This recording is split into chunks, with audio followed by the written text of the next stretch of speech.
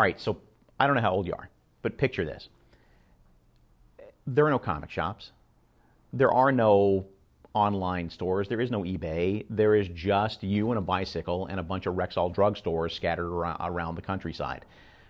In the 60s, when I was growing up and I decided to start collecting comics, that's what you did. You got in your bike.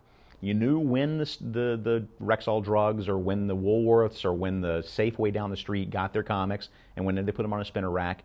And you knew that they would come out on Tuesdays and Thursdays or Thursdays and Fridays or whatever it was. It was always different for every neighborhood. It was always different for every part of the country. And you get on your bike and you just do the circuit. And you'd walk, you'd go for miles. And you'd go hit this one and that one. This one would always have the 25-cent specials. The 25-cent 80-page giants. Or this one would always have the Marvel comics, which weren't as well distributed. So you always go there too. That was a typical Wednesday afternoon for me when I was a kid. And I did that relentlessly and which built up this collection. I loved comics back then. I loved riffling through the comics on the spinner rack like a Faro dealer, just boom, boom, boom, looking. I knew exactly what comics I needed. I could strip a spinner rack like cleaning a catfish. Nothing to faster than you can kiss a duck. And so that was the beginning of it.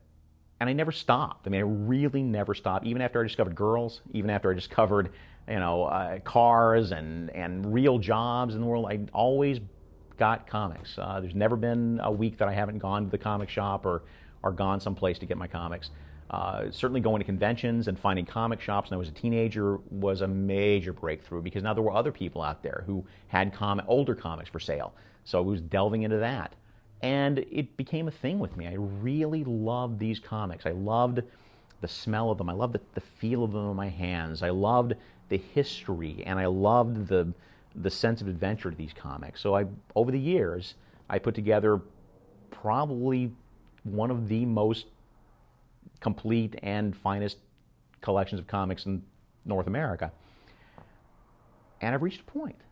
It's funny, I reached a point. I doing a lot of research lately on comics history, and I know so much of this stuff by now. I've lived these comics and I've absorbed them like osmotically through my, through reading over the years, that the point where now I know all this stuff like the back of my hand.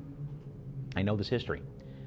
And I know these comics so well that I don't necessarily need the actual physical artifacts anymore. I kind of feel like it's a 45-year process of catch and release where I've got them now and maybe it's time to sort of let them back into the wild and let other people enjoy them and love them and find the magic in them as much as I did.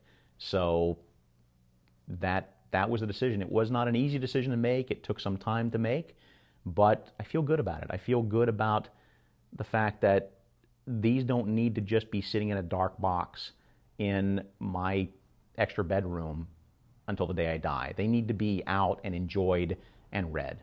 And I hope you feel the same.